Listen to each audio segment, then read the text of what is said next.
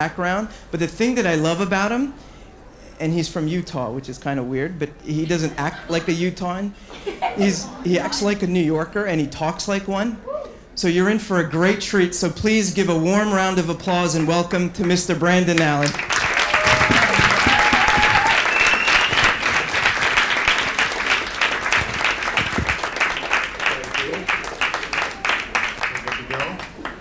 You know, it's funny, Encore comes to Utah a couple of times, and all of a sudden he thinks he can speak to the nature of a Utah. Okay? He's in for a surprise tonight.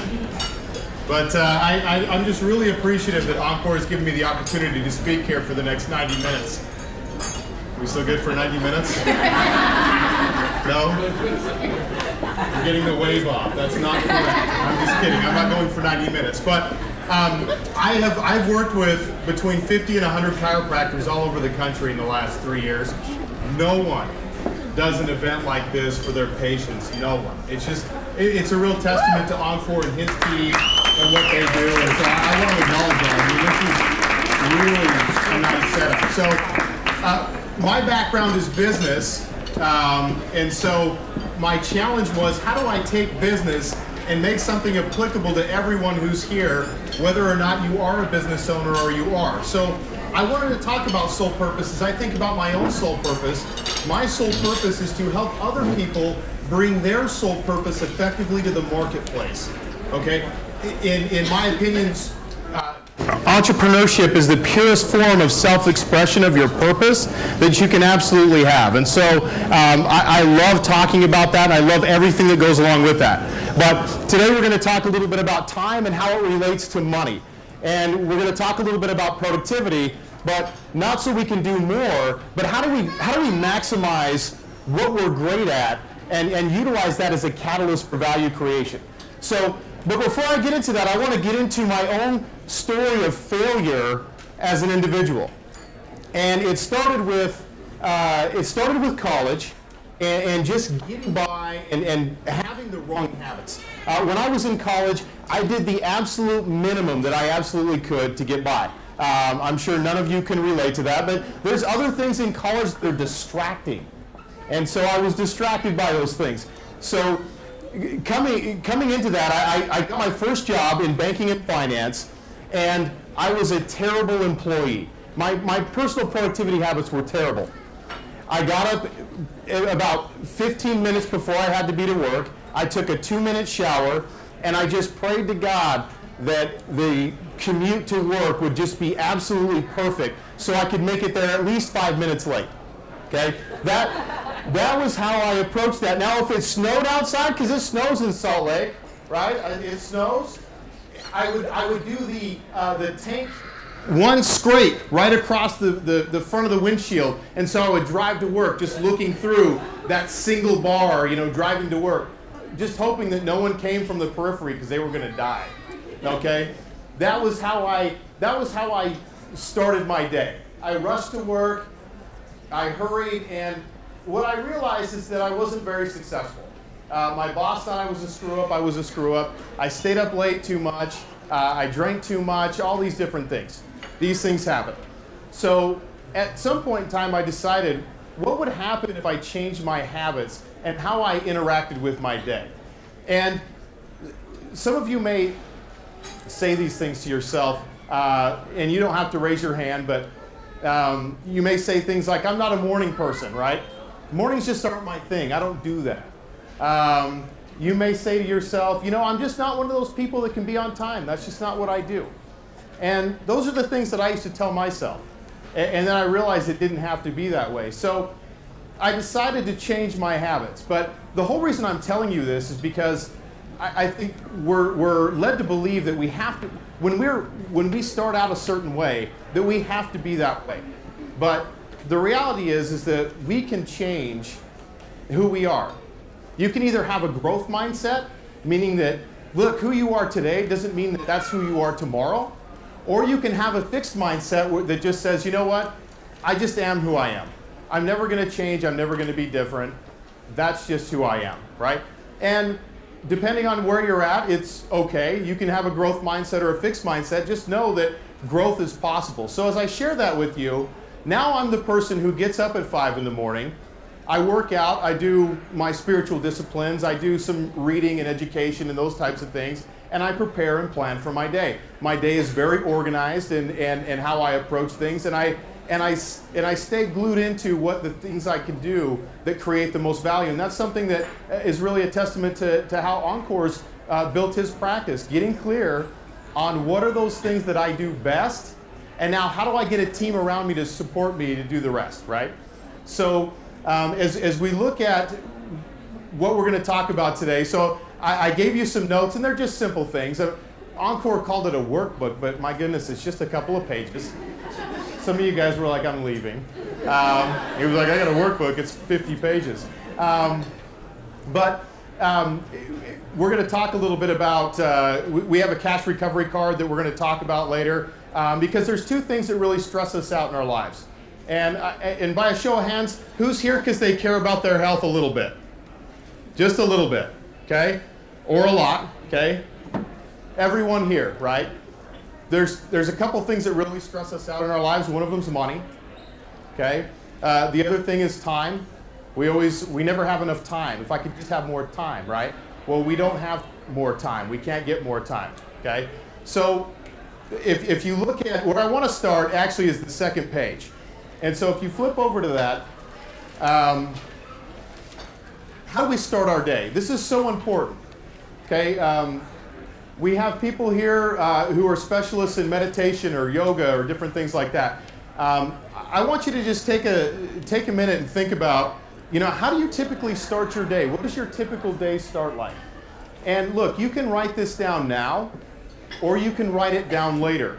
The benefit of doing this is that we don't sit back and think, right? We don't have time to really sit and reflect and just think about what it is that we're doing, why we're here, why do we do what we do every day, right? It's just easy to get into that pattern of wake up, do this, do that, go home, go to bed. Wake up, do this, do that, go to work or whatever we do, go to bed, right? It's just easy. It's easy to get into that pattern. So this is a chance for you to maybe give yourself a little pattern interrupt and really think about how do I start my day? So as I'm talking about this, if anything comes to mind, don't hesitate to write it down. But how do we start our day? What is the way that we start our day? Okay, the next question is, what things could you start your day with to make it more productive? So what are some things that are missing for your life? Is there a chance that you don't wake up in the morning and work out? Okay, that's very important, right? We start our day working out. Quiet time and meditation is such a crucial part of starting our day. I have 4 small children at home, 8, 6, 4, and 2. Okay, quiet time is a premium. Okay, I'm from Utah, 4 kids, 1 wife. Okay, 1. Okay, just in case you were wondering. Okay, just in case you thought you knew how it was in Utah, 1 wife, 4 kids. Okay, so quiet time is at a premium. So I like to start my day. I have to get up before my kids. I absolutely have to. It's a whole game changer for my demeanor when I get up before my kids and I do some quiet reflection. But we don't reflect enough. And if we reflected more, we would ask why we do the things that we do. Why are we doing what we're doing today? Why do you do it? Why do you do what you do? Why do you work where you work? Why are you with who you're with? Why are you doing the things that you do for leisure? Why do I always eat Snickers bars when I drive by the gas station? I mean, whatever it is, right? Why do I do the things that I do? But as you think about that, what are the things that get in your way that really keep you from starting your day off right? What do those things look like? If you're someone who doesn't get up super early in the morning, just start getting up 15 minutes earlier than you did the day before. It doesn't have to be, hey, I get up usually at 8, now I got to get up at 5. Just work it back. What does 15 minutes look like? And then what is 15 minutes more? Then what is 15 minutes? And by the time you're done, you're changing the way that you work your morning routine. And what I've found is that sometimes I get into bad habits. I have 4 daughters. I don't think I mentioned that. 4 daughters. Which is going to be a real tree when they get older, and I have to find some way to get them to go to Las Vegas to get married. But with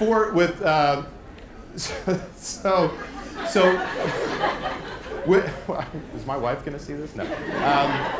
So with 4 daughters, my challenge is, I'm not even sure where I was going, but so anyway, how we start our day is important, okay? And what are the things that can get in our way of doing what it is that we need to do? And that's, all the things I think about with my family, what's important for me, what are the things that I need to be doing. These are things that it all starts with how you start your day. So where I was going with that is my 4th daughter, when I found out it was a girl, one of the deals I made with my wife is that I was going to buy a PlayStation, okay, which is totally juvenile, I get it, okay? But I was like, well, this is a time for me to, hey, we have 4 girls, why don't I get where's my prize? My wife's like, I carry the kids, where's mine? That's a whole other story. But one of the bad habits I got into is I would start my day, playing a video game, or I would start my day watching a TV show, or watching SportsCenter. And what I realized is that while those things are great and those are good things, it's not necessarily the way I should start my day. Okay? I've noticed when I start my day with a spiritual discipline, when I start my day with meditation, when I start my day with working out, it creates a whole different context for me and how I create value for other people. Probably the single most thing, you should write this down, if you don't do this in your morning routine, if you did nothing else but this, it's gratitude. I don't know how many of you keep a journal of some sort, but one of the things that is so powerful for me that I do in the mornings is I give gratitude. And I don't care who you give that gratitude to. You can give that gratitude to God if that's where you're at. You can give that gratitude just for life in general. Wherever you're at with that, giving gratitude, it creates a whole different context for me because there are times in our lives where things don't go the way we want them to. Okay, maybe that's happened to you. I know it's happened to me. And so giving gratitude is a great way for me to then appreciate my life and really look at what's great. I can always go to the fact that I've got 4 beautiful, healthy daughters. I've got a great, loving wife. And those are always things that I can go back to and write those things down when I'm in a spot where it's not ideal for me. So if you do nothing else but keep a gratitude journal, I promise you it will change your perspective. And when we change our perspective, we change our thoughts. When we change our thoughts, we change our actions. When we change our actions, we have different results, right? And so all these different things happen just from that one exercise. We've got a whole way of how we perceive the world that's completely different just by keeping gratitude and having that quiet time and saying, you know what am I grateful for? Write 5 things down, whatever that is every morning. So going back to the first page now, and why I said the myth of time management. The thing about time management is I don't want people to do more. Who wants to do more, right? Maybe you do, but that's not necessarily the end game. The myth of time management is this. Look, everyone has the same 24 hours and 7 days a week. I can't give you any more. That's what you have to work with. Now, how you choose to work within that is what's important. So I call this soul purpose management. How do I manage my greatness? How do I manage how I utilize what I'm great at and how I create value versus just simply managing time? For instance, I could teach Barack how to check email faster and more efficiently. And maybe for Barack that would be helpful to him, but is checking his email the best way that Barack creates value? I doubt it's even in his top 10, or at least it shouldn't be if it is, right? So, so I don't want to teach people to do things more efficiently because what if they're the wrong things? So take some time, and I don't know if you've ever thought about this, but I spent 10 years in a corporate environment where I never thought about what are my top 5 strengths. And I don't know who can relate to this, but we work every day, we get up, we do our job. And all I was worried about is how do I do my job the best that I possibly can, even though it wasn't necessarily a job that I was passionate about or the right job for me. So what are those things? What my experience has been, even with doctors that I work with who are dentists, I worked with a dentist in Minneapolis a couple weeks ago. I asked him this question. I said, hey, he's doing a new venture with his sons, and he's stepping away from his practice, and I said, hey, what are you great at? What are the things that you just bring to the table that you can bring to this venture? And he looked at me and he's like, I've been practicing for 25 years. I have no idea. I have no idea. He's like, I know I can do dentistry, but beyond that, I have no idea what that looks like. And so there are a set of gifts and talents that you have that transcend anything that you do. You're not your role. If you're an accountant, you're not just an accountant. There are things about accounting that that make you good at it, but you're not just an accountant. You're more than that. What does that look like for you? And going through and looking at your top 5 activities is very important. This is an exercise that you can do now and write this down, or you can go and do it later during your morning routine. The new morning routine you're going to start tomorrow. Thank you, and get that in place. So, but the second part of that is what gets in the way of us working in our top 5 activities. Some of us, Encore, right, you can relate to this at times. You know what you're supposed to be doing, but other things get in the way.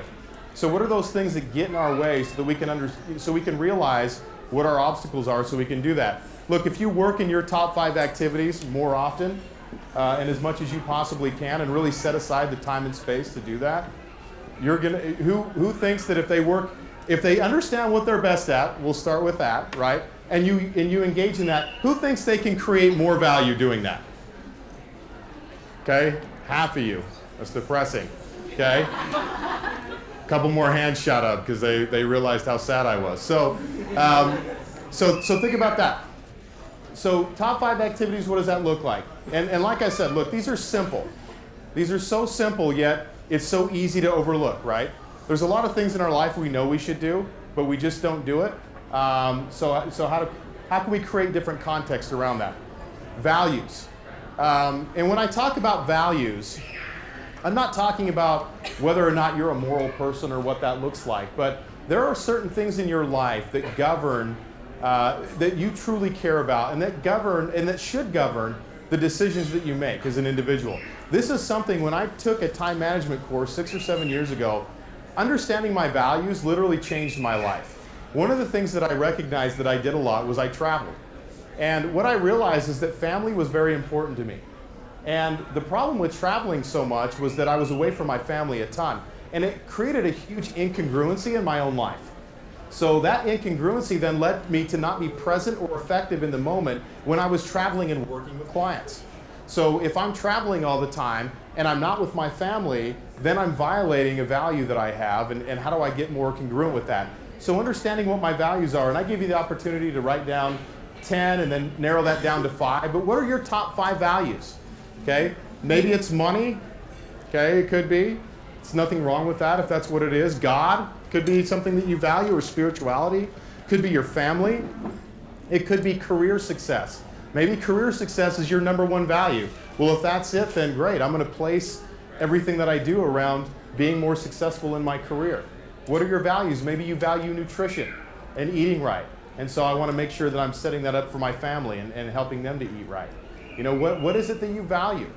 And are there areas in your life where you're incongruent with your values? It's very difficult to be productive if you're incongruent with the value. I know if I'm out of alignment with my values and I'm trying to do something else and trying to really engage in that, I'm just distracted. I can't do it effectively because I'm thinking about the missed opportunity or the lost opportunity that I have over here that I'm missing out on because I'm not really working in alignment with my values. And that's not to say that you'll work in alignment with your values all the time. And I don't care if you're retired, if you work, if you don't work, or whatever this is, your values are important no matter what you do. Okay, it's going to allow you to make the right decision. So if I get opportunities that require me to travel, then it's easier for me to make a decision, right? And I don't know about you, but sometimes decisions stress me out, right? And we're talking about stress. We're talking about how do we manage that stress? Well, if we have filters to make decisions and help us make decisions easier and more efficiently, then it's less stressful for us, and we don't carry around that burden of trying to figure out, how do I tell this person no, or what do I do in this certain situation? So values are so important. Along with values are time wasters and energy drains. Does anyone have any time wasters or energy drains in their life? No one? Who likes checking email? Who loves checking email? Okay, we got one person. okay? And they're in computers, okay? Computer people like checking email. They're like, this is fantastic. Okay, so, I've got friends who are in computers and they just wish that we would all just stop talking to each other verbally. They're like, I don't know why you just don't use email every day. Okay, but for the rest of us, we like the human interaction. We like the, touch, talk, engage with people, right? One of our biggest time wasters, if I talk with a business owner and they're struggling in their own personal productivity, the number one thing is email, right? But we have email, texting, social media, all these things are supposed to make our lives easier. But in a lot of ways, they make our lives more complicated because now how do I filter out these distractions through texting, phone calls, 100% access all the time? How do I cut that line and not have those things completely invade my life? So time wasters and energy drains, what are those things? One of the biggest time wasters and energy drains in my life a lot of times is people, right? Okay, it could be your family, which, sometimes you're just stuck with that, right? But, other things could be employees that are just, a lot of times, if you're in management, we've all had that employee that, man, it's just every time we see them, just a little bit of us dies every day, right? Okay, that sounds terrible, doesn't it? But you just see them and you're like, oh man, my life just got a little worse. My bright light just got a little dimmer when you walked in the room, right? But, okay, or your boss, right? And so this is a thing that you have to think about, right? What's the trade-off of staying in this? Okay, what's the trade-off of having this person here? Could there be some addition by subtraction here? What are the biggest time wasters and value suckers from my life? Okay, what are those things? What are those things? And it's important to identify those so that we can eliminate or minimize the distraction that comes along with that. Okay, so we talked about how you start your day. So important. Okay, are you starting your day off on the right foot, putting yourself in the right frame of mind to really create value? Okay. How do you manage your greatness? What is it that you're great at? Do you know? One of my favorite books to look at this, if you're someone who wants to know more about what they're great at, it's a book called Unique Ability. It's by Catherine Nomura, Shannon, and Stephanie Waller. Okay, those three people. But if you look at Unique Ability, one of the greatest exercises about this, what's crazy about greatness? Is it comes so natural to you that it's like breathing. Something that you're great at it's just easy for you to do, but I recognize it and I think that's wonderful, right? But for us, sometimes it's hard. Have you ever been complimented on something and you're like, really? You thought that was valuable? Right? You're like, well, I just do that every day. That's just what I do. That's the rub, right? You're great at it, but you don't recognize it because if it comes easy, right? We have this little mind shift that if it's easy, it's not valuable. If we can do it easily, it's not valuable. But the reality is that it's easy for you, but it's hard for me. So I value that. And how do I get more of that? So what I like about Unique Ability is they have an exercise in there where you can email friends, not in a way that's vain, like, hey, tell me how great I am, will you? Will you take a few minutes? I was just thinking about how great I was, and I wanted you to tell me how great I was too. If you could take 7 or 10 minutes and write down your favorite traits about me, create a video, put it on a podcast. But really, you send people a letter and just say, hey, look, I'm just doing an exercise, and what do you recognize as some things that you feel like make me unique? And it's a really powerful exercise because you start to see patterns that develop within that. But there's a lot of other exercises in that book that's powerful. But if that's something that you want to know more about, that's a good place to start. Okay? Values, understanding your values, so critical. Okay? If you know your values, you can make better eliminate distractions. Okay? That allows you to work in your productivity and be free of distraction. Okay? So I don't know if they passed out the cards, but floating around here, there's some cash recovery cards that we have from Freedom Fast Track, and there's two things you can do with this. Number one, I talked about finance being a huge stressor. One of the things that we do, and we do this for partners like Encore. If you go to our website and you look at that, we charge $497 to do a cash recovery analysis. We have one of our analysts spend an hour and a half on the phone with someone. When we do these for partners, we do them absolutely free. There's no obligation to do anything else, but we'll go through and we'll look at your financial plan from your insurance protections to investments, those different things, and we'll show you where you might be exposed and leaking money, okay, to bring some more peace of mind to you from a financial standpoint. That's what we do with Freedom Fast Track. Now, part of what I do, maybe that's something that doesn't resonate with you or that's not something that you want to pursue. If you want to spend an hour with me and do any kind of a productivity coaching or business analysis or anything like that, I also do that through the Freedom Fast Track. Just write on that business analysis and I'll set up a time for you, completely complimentary. I'll spend an hour with you on the phone and we can talk about personal productivity. We can talk about a management issue you're having, whatever it is, a business issue, a career issue, whatever that is. I'll spend an hour with you. I'll give you 2 or 3 actionable tips to go out and do something with that's more productive than what you're doing now. So take some time and fill that out. What do you want them to do with them when they're done? Just turn it in at the front when you're done. Carrie. Hand it in to me. What? Hand it in to me when you're done. Oh, hand it in to Carrie. Okay, I thought you wanted to say something. I was excited. Okay. So think about your time. Here's the thing. Time is the only finite resource that exists in your life. Okay? You can always get more money. I know sometimes, depending on where your situation is, that sounds, maybe that doesn't sound as realistic, but look, more money can always be available. Okay? You can bring more people into your life. Okay? You can do all these other things, but time is the one thing that, look, you either spend it wisely or you don't. And once you've spent it, it's gone. You can't get it back and you can't get more. So what are you going to do with that time? Each of you has a set of unique traits that make you great. Understanding what that is and then using that efficiently is the way to reducing the amount of stress that you have. When we work with clients, it's shown. When we work with clients and they understand that, they work less or they work the same, but they work more in what they're supposed to do, and they're more productive as a result. I promise you, if you put some of these things into practice and really give these things some thought, you will have more time and more money and less stress in your life as a result of doing that. So I want to thank you guys for patiently waiting for dinner while I talk. That's awesome. Okay? And I want to appreciate your time. If you have any questions afterwards, feel free. I'm a resource. I'm free to answer any questions that you have that's business related. Don't ask me anything crazy. Okay? But again, I want to thank Encore. I want to thank you guys for being here. It's a huge deal. Thank you for investing in yourselves. So.